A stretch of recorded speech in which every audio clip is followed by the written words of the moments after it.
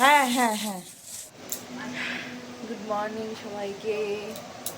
কালকে একটা ভালো সুন্দর একটা ঘুম দিয়ে সবাই কখন পড়ে গেছি, কখন বিছানায় পড়েছি, কখন ঘুম এসেছে মানে বলতেই পারবো না। এরকম এতটা টায়ার্ড ছিলাম, আগের দিন রাত্রি থেকেই চলছিল প্রচণ্ড টায়ার্ডনেস তার মধ্যে।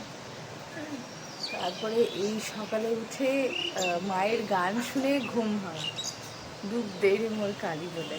আহা, এর থেকে ভালো কিছু হতেই পারে না।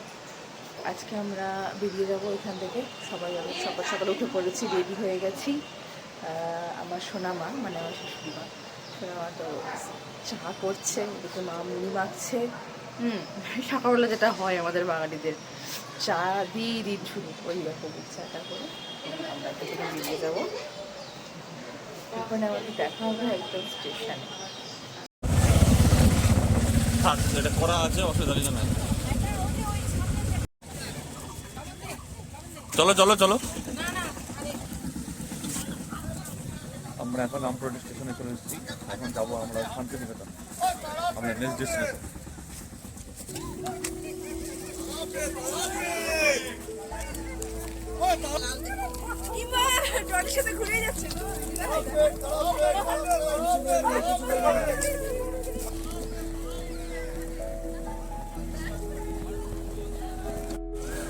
রামপুরের কি অবস্থা, এটা পুরো ক্লাউডি হয়ে গেছে। এখনো ট্রেন নাম্বার দেয়নি, ট্রেনটা কোন প্ল্যাটফর্মে দেবে সেটা এখনো অবধি দেয়নি। এখানে পুরো ঝিঝিরি ডিজলিং হচ্ছে বিহারে। এটা আমাদের রামপুরহাট স্টেশন, আর আমরা যাবো শান্তিনিকেতনের দিকে। কিন্তু ব্যাপারটা হচ্ছে ওয়েদারটাই খারাপ হয়ে রয়েছে, বোঝা যাচ্ছে না যখন বৃষ্টি পাবো কি পাবো না। যদি বৃষ্টি পাই তাহলে পুরো প্ল্যানটাই মাটি হয়ে যাবে। আমাদের পুরো প্ল্যানটা পুরোটাই যাই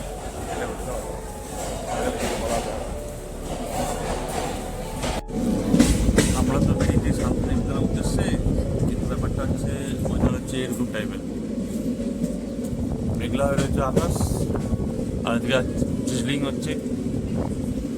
কিন্তু ঘুরতে যেতে পারবো কিনা সেটা সন্দেহ। এখন তো বোলপুরতে পৌঁছাই, তারপর এখন দেখা যাক আর কী হচ্ছে। হোটেলে থাকতে হবে না কোথাও ঘুরতে যেতে পারবো, সবাই একটা নিয়ে একই চিন্তা।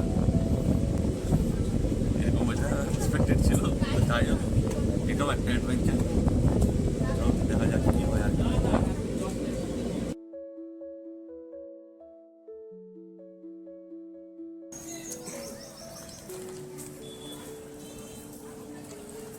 ওয়েদার অবস্থা প্রচণ্ড খারাপ।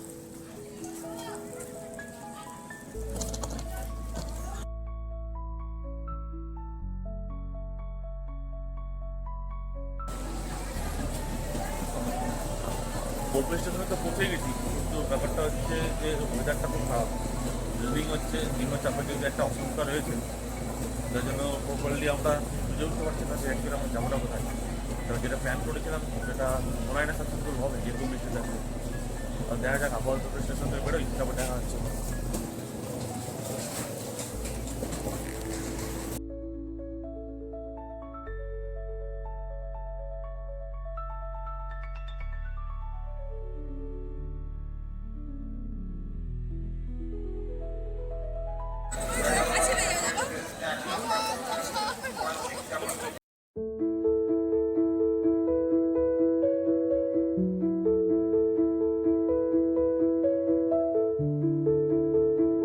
স্টেশন থেকে বেরিয়ে একটা টোটো রিজার্ভ করে আমরা বেরিয়ে পড়লাম হোমস্টের উদ্দেশ্যে, যেটি ছিল শান্তিনিকেতন স্টেশন থেকে মোটামুটি 5-6 কিলোমিটারের দূরত্বে।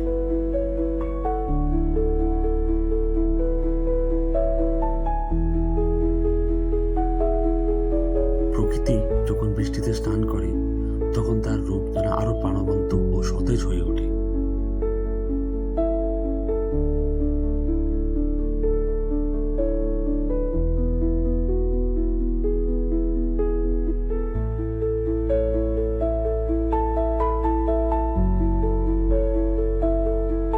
বৃষ্টি ভেজা শান্তিনিকেতন যেন একটু বেশি মায়াবী লাগছে।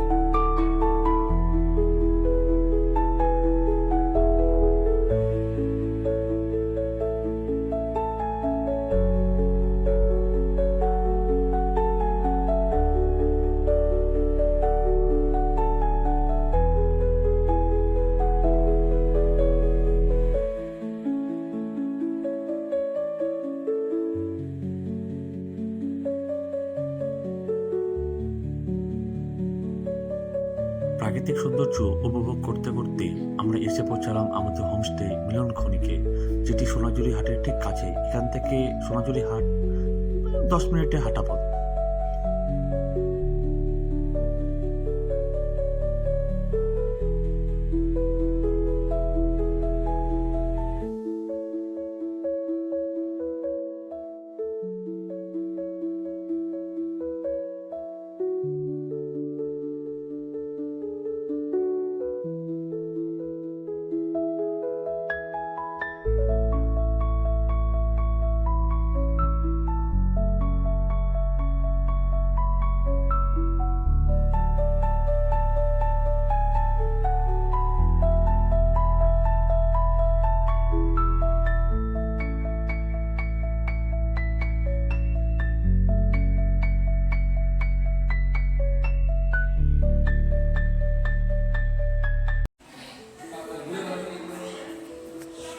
এটা আমাদের হোমস্টে।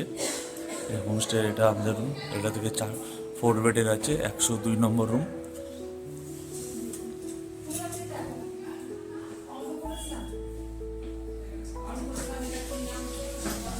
আর এটা হচ্ছে ব্যালকনি, এটা হচ্ছে মেন রাস্তা, এটা ওয়ার্ডরোব রাখা আছে।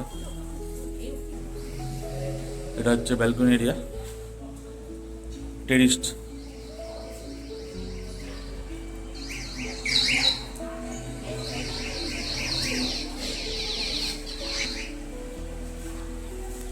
এটা অ্যাকচুয়ালি হোমস্টে, এটা নতুনই তৈরি হয়েছে, 5 মাস হয়েছে নতুন তৈরি হওয়া।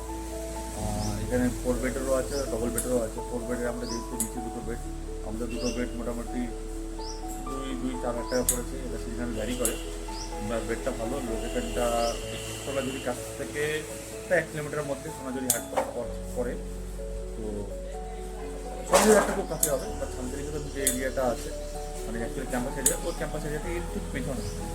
মানে পরিবেশটা ভালো আছে, কোনো অসুবিধা কিছু নেই। যদি কারো 4 হুইলার বা গাড়িটা নিয়ে আসে তো সেই ক্ষেত্রে অনেক সুবিধা আছে। তার এখানে পার্কিং জোন পেয়ে যাবে। এই হচ্ছে পার্কিং জোন, এখানে গাড়িটি রাখতে পারবে, কোনো সমস্যা নেই।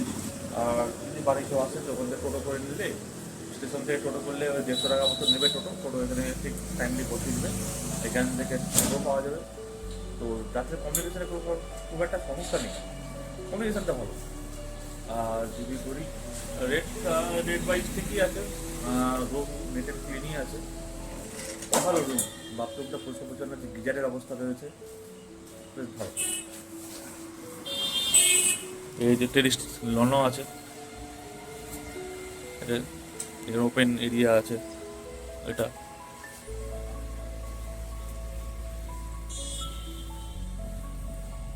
এখানে শুনছি এটা একটা নতুন পার্কের মতো হবে।